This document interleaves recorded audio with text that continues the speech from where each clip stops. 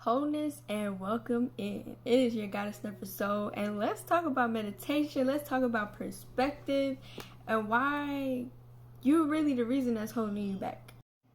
I know a lot of people don't like to hear that because it's real easy to blame other people, to look at other people, and to be, pointing the finger and be like, oh, if I wouldn't have never went through this, I wouldn't be this way. If I didn't go through that, I wouldn't be this way. If that didn't happen to me, I wouldn't be so cold-hearted.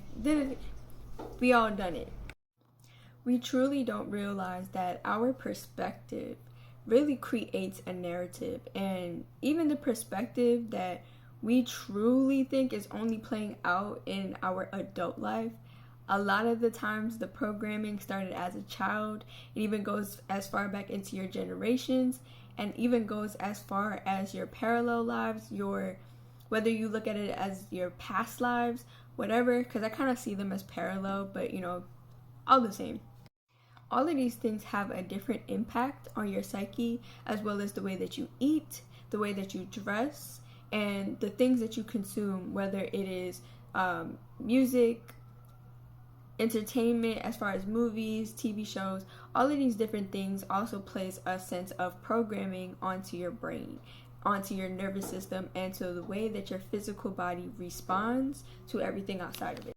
This then turns into an issue when it comes to processing information, especially when it comes to new experiences and the unknown.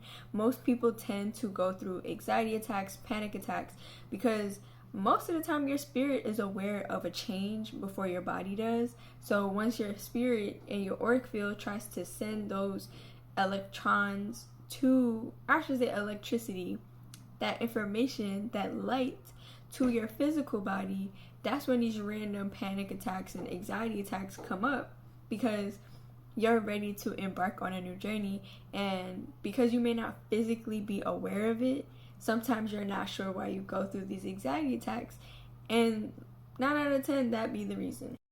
Other times it's because you're also picking up on other people's emotions, because for one, if you're just a human being, a person that exists, you are an intuitive being. I don't care if you practice spirituality or not. I don't care if you know about the chakra system or not. If you exist, you have an empathic capability. It is not only subjected to just certain individuals. Everybody has this ability. Everybody has intuition. It just depends on how much you've paid attention to it, how much you've trained it, on how well and thorough it is.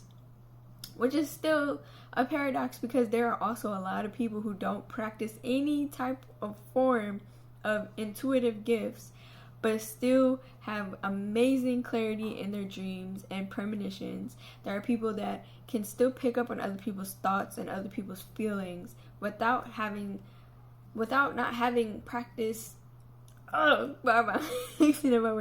without practicing anything around it. So I think it's very interesting that we subject things so much and we categorize things so much, not realizing that these are things that we're all good at. So with that being said, I created this meditation book, right?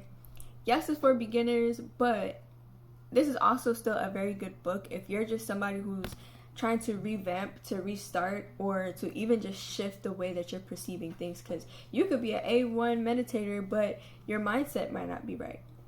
Your information may not be enough for you to actually make the breakthroughs. You might be able to do a lot of different things, but you might still have blockages when it comes to your perspective. So I created this book, which is also available in ebook form, to help assist y'all on really getting to the root. And it is called A Journey Through Meditation. It is available on my website, nispo.info. It is also available in ebook form on Kindle and Nook. But with that being said, I would love to read to y'all a little passage from it. And this is my website. It might be backwards on there, but link in my bio, and I will also put it on the screen. Sometimes our trauma and hardship or lack of information can stop us from being able to see the abundance in our lives. making this one of the reasons I feel the universe, God, and our higher self has aligned certain things to require action before it can materialize into the physical realm. There is a character building that comes from us going through a journey to get to something that we want. The best one is when we think we know what we want, but our higher selves already seen how those things play out, and instead pick something way better for you. It requires you to go on a journey quite different from what you would have preferred. It seems as if the universe is punishing you by not giving you what you want. Sometimes what you think you prefer is a lot smaller than what you actually are deserving of. Life will take you on an uncomfortable journey until you are able to open your eyes and see what is actually in front of you. That which you had planned could not compare to what you actually deserve. We create our needs from a version of ourselves that has experienced a lot of lack and scarcity, making us dream big but not big enough. The lack comes from not knowing what our higher self seen already, that we will actually have, that which what we actually have is way bigger and better. Most of the time, things we could not imagine we could have. Again, because we create our goals from a place of lack, from a place where we are accustomed to the bare minimum, unaware that the universe would prove to us why what we want will not work for us. Sometimes we fight the universe instead of taking a step back and looking at things from the bigger perspective. So again, we feel like we are being punished and brought through uncomfortable things, which is actually true. However, it is all being done to redirect us. This is why it is so important to recognize that sometimes we allow our past and our experiences in other timelines to dictate how we observe and view our lives. We may even extend the period of feeling horrible out of conditioning, not seeing that we were too attached to the outcome we created for ourselves. This is where meditation can come in to help you detach from outcomes in order to view and analyze different paths and perspectives. To become more flexible and open-minded to what could come to us, it is okay to feel like things are falling apart. It is the darkness that we do the most healing.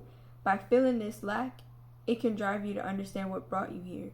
Help reveal that you actually had far greater potential, and maybe the universe saw that too, which is exactly why you cannot have what you want so that you can be given what you need.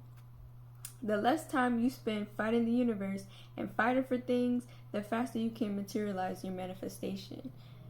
So again, it is so important to understand that sometimes there's a bigger picture. Sometimes there's more to what you are made for, that you are meant for, that you had a purpose for, that the space that you was in, the realization that you was in when you created these things was actually your smallest possibility and not your maximum option. So things not always working out isn't because you can't make those things happen. Sometimes the space that you created it from wasn't the actual version of you that you're meant to be. So when you think with all these limitations and you try to create from all these limitations, you're going to have a hard time manifesting. You're going to have a hard time processing your emotions because you don't see the huge illusion that you are living in. The more you break away and you start to realize that you need to cleanse, that you need to heal, that you need to detox, and not saying that all of these things can happen overnight or that there's a specific way to get to a certain level of healing. No, it's about a journey. And that's why I called my book what I called it, a journey through meditation.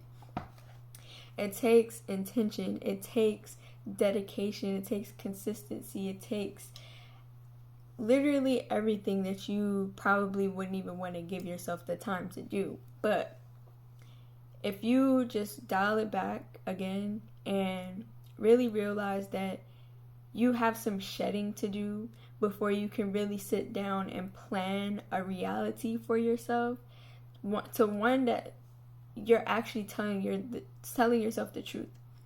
If you think you deserve a mansion, you kind of need to change the type of person that you are, where you're not your trauma, in order to really find the ways and the opportunities and the self-courage to get there.